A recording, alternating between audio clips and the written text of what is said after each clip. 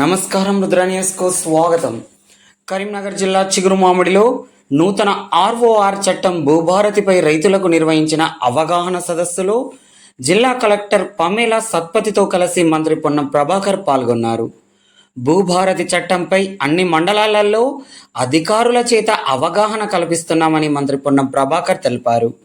భూమి అంటేనే ఆత్మగౌరవమని, అలాంటి భూమిపై పంచాయతీలు హత్యల వరకు దారితీస్తున్నాయని అన్నారు. భూ వివాదాల్లో గతంలో ఎంఆర్ఓను కూడా తగలబెట్టిన ఘటనలు చూశామని అన్నారు. ధరణి ద్వారా దశాబ్దాల క్రితం భూమి అమ్మినా కూడా తిరిగి అమ్మిన వ్యక్తి పేరు మీదనే భూ హక్కులు వచ్చాయని, దీని ద్వారా లక్షలాది మంది రైతులు ఇబ్బందులు పడుతున్నారని అన్నారు. ఇందిరమ్మ ఇండ్ల ఎంపిక పారదర్శకంగా జరుగుతుందని, తప్పు జరిగితే చర్యలు ఉంటాయని అన్నారు.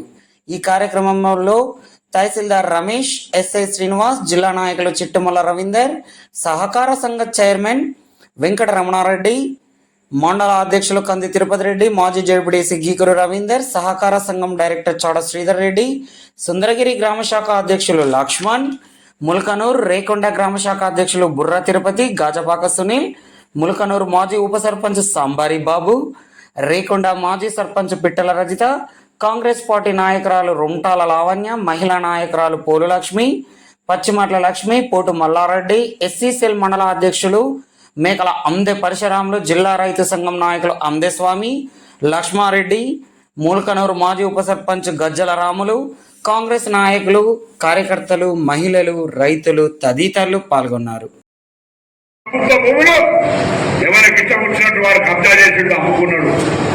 వాటి వివరాలను అధికారులకు ఇవ్వండి. అవి ప్రభుత్వ భూములు. మైక్ ఇస్తే మీకు సంబంధించి భూభారతి చట్టం మీద ఇంకేమైనా ఉంటే దయచేసి మాట్లాడుతుందో కోరుతూ ఎంఆర్ఓ గారిని వారికి మైక్ అందజేసే విధంగా న్యాయ వ్యవస్థ రూపంలో సెక్రటరీ ద్వారా ముఖ్యమైనటువంటి వాళ్ళు భూమి గురించి అవగాహన ఉన్న వాళ్ళు చెప్పమని సందర్భంగా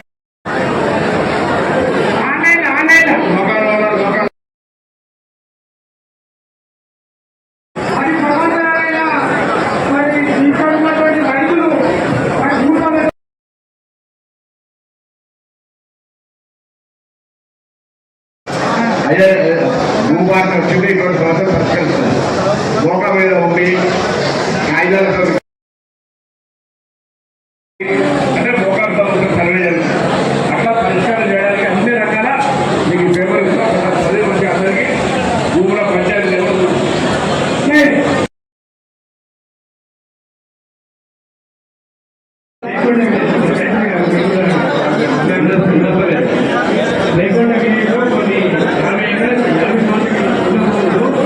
రాష్ట్ర వ్యాప్తంగా నియోజకవర్గానికి 3,500 ప్రతి ఊరికి రావాలి. ప్రతి ఊర్లో ఇందిరమ్మ ఇల్లు ఉండాలని ఆ యొక్క జనాభా ప్రాతిపాదికన ఇల్లు కూడా జరుగుతోంది. వాటి దాంట్లో కూడా పేదలకు రూపాయి ఎక్కడ కూడా చేతి మారకుండా ఆ ఎంపిక కూడా తప్పు జరిగితే చూస్తూ ఊరుకోవడం తగిన చర్యగా ఈరోజు ధాన్యం కొనుగోలు కార్యక్రమం తడపా పేరు మీద అనేకంగా మరి రైతులు ఇబ్బంది పడ్డారు. ఇవాళ అటువంటి పరిస్థితి లేకుండా రైతులు కానీ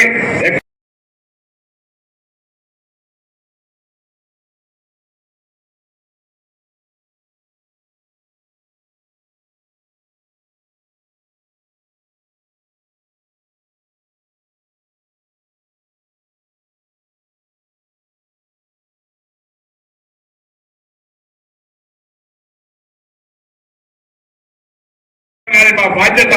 మీరు సమస్య ఎదుర్కోవడానికి వీల్లేదు. తప్పకుండా అన్ని సమస్యలు పరిష్కరించే బాధ్యత మాదే.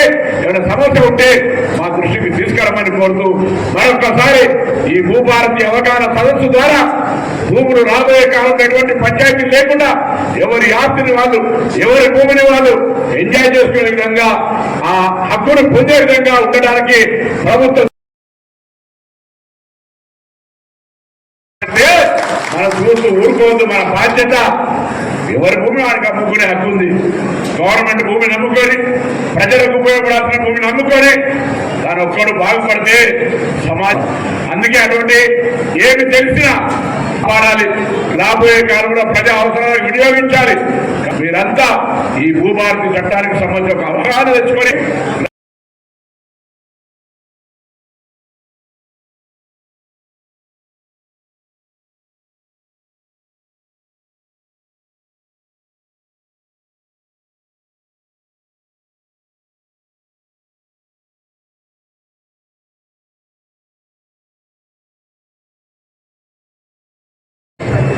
ఇటువంటి పరిస్థితులలో మనం అధికారులను దొంగ చేసి ప్రభుత్వమే సరైనటువంటి చట్టం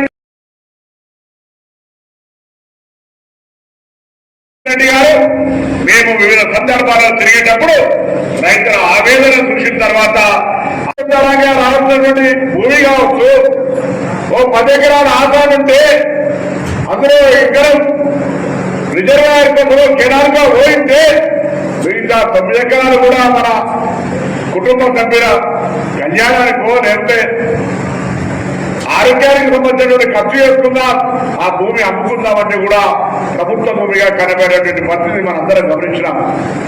హద్దులు లేవు. 30 ఏళ్ల కింద అమ్మిపోయినటువంటి వాడు మోక మీద మనం పాస్బుక్ మన దగ్గరనే, కానీ మొటేషన్ కాదు కానీ మళ్ళీ జరిగిన ఆసామికి ఆయన చూపించినటువంటి పరిస్థితి. వాస్తవం చెప్పాలంటే ఇప్పటి వరకు ఆడియో గారు క్షుణ్ణంగా భూభారతి చట్టం కింద ఏ విధంగా ఎన్ని సెక్షన్స్ కింద రైతులకి ఉపయోగపడుతుంది అని తెలియచేయడం జరిగింది. దాని గురించి కొంత మాట్లాడుతూ భూభారతి చట్టం ఎందుకు ప్రవేశపెట్టాల్సిన అవసరమైంది అని కొంత చెప్పాలనుకుంటున్నా.